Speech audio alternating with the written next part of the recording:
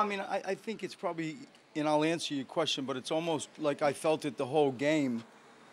That he ended up taking the most shots out of anybody on our team, which in itself is, to me, a statement. I just saw this, 5 minutes ago. I wasn't really even aware he was taking that many shots to lead our team in field goal attempts, but I say that as a complete positive. I felt when he was shooting the ball, they kept going under middle pick and rolls. He shot it to mean it. He didn't look afraid of anything. And he missed the shots, but they looked good. And I think in general, we played him quite a bit of minutes. He ended up taking the most shots out of anybody on the team. I thought his defense was very good. I think it's a big night for that young man. What do you think about the fan just reaction to that with the crowd? I mean, this is Philadelphia.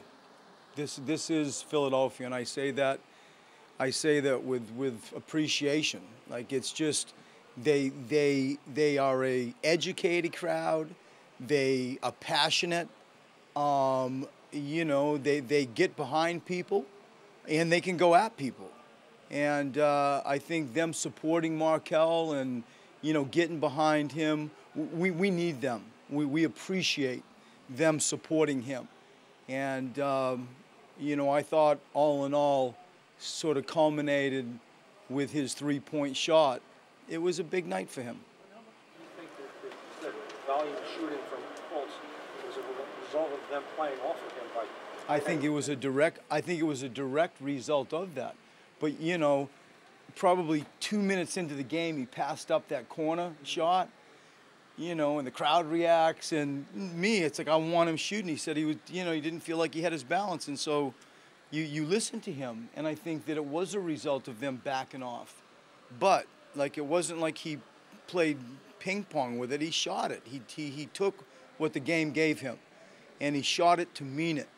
And for those reasons, and my gut feel, I thought mentally he was great tonight. I thought he was strong in his shot, strong in his decision making. He was confident, and that's where I want to help him maybe the most. Did you have to say anything to him? Like you said early on, he did pass up the shot. I mean, did you say anything to him? We talked about it. He just said, Coach, I got you. I didn't have my feet underneath me, and I listened. I said, okay. I mean, he knows how I talk to him like I'm talking to you all about him. There's not mixed messaging, and I want him feeling cocky. I want him finding some level of swagger and playing. And I'll try to get him the ball and put him in middle pick and rolls and try to find a way to help him.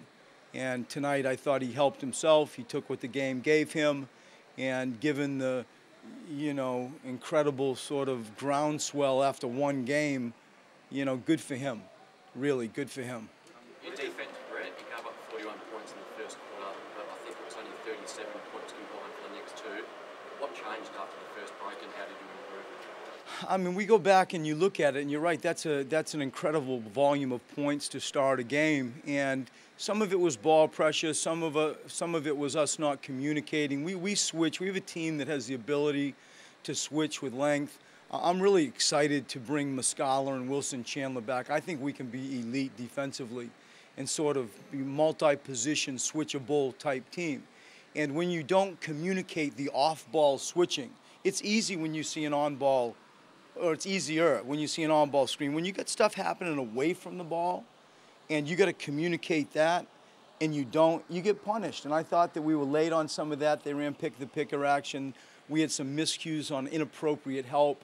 And we fixed it in the middle two periods. And I thought that the start of the third period, where it's sort of my pet peeve that, people sort of brother-in-law each other to cruise into third periods, and you don't really start to play until 7 minutes of the third. We came out to mean it. And I think that our middle two periods defensively were outstanding. I thought that offensively we put 4 pretty solid periods together.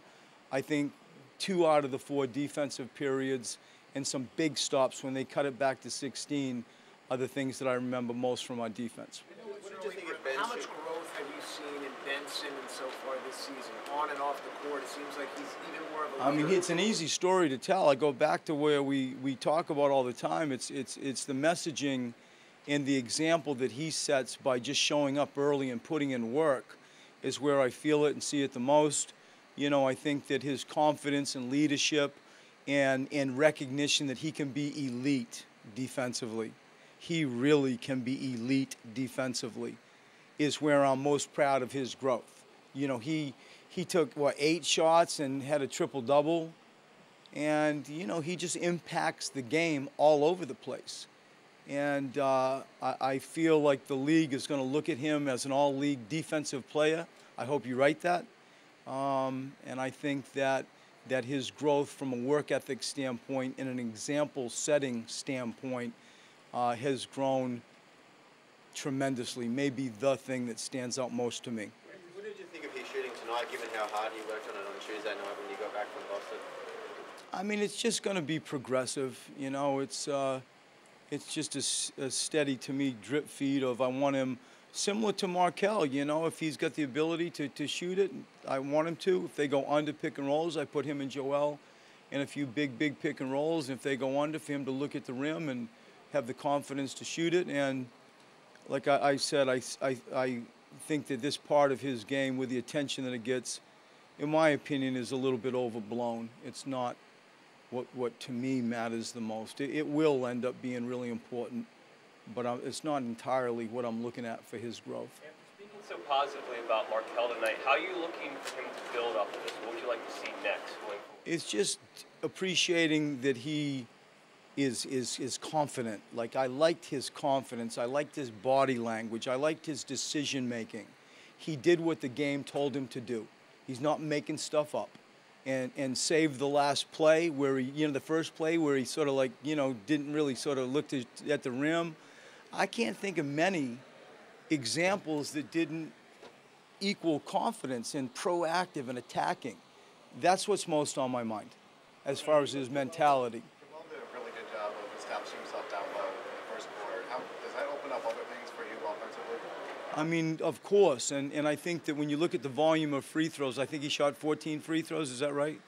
You know, that in itself, again, there's a statement, and he, for the very large majority of the league, is a really difficult assignment. And I thought his patience at the post, knowing that they were going to be coming off Markelle and trying to look at some random double teams, I thought he was pretty good. I think he had 2 turnovers, you know, and 4 assists, and you know, some of those were the hockey assists where he made a pass and then somebody else got the swing stuff.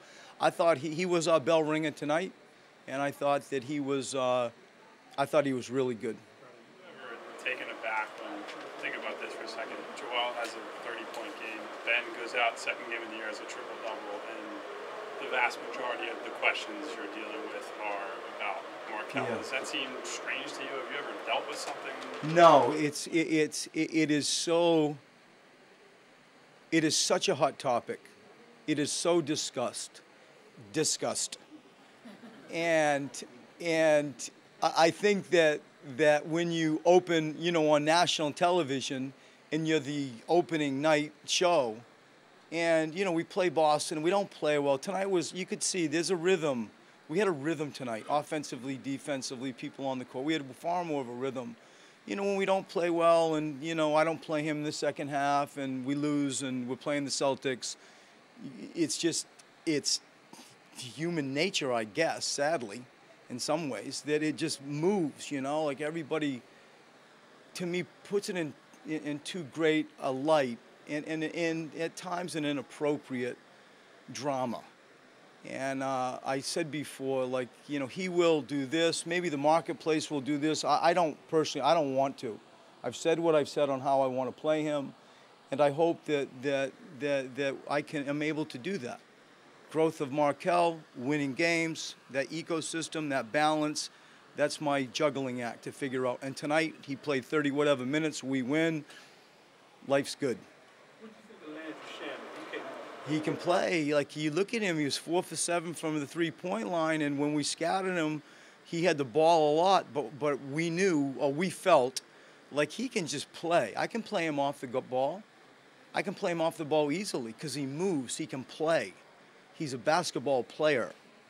And, you know, I think what we've seen is confirming some of our opinions on him And as we all know, there's nothing like opportunity. And because of some different situations, he's received that. And he sure has grabbed it by the throat and been very, very impressive for a rookie. Thanks, everybody.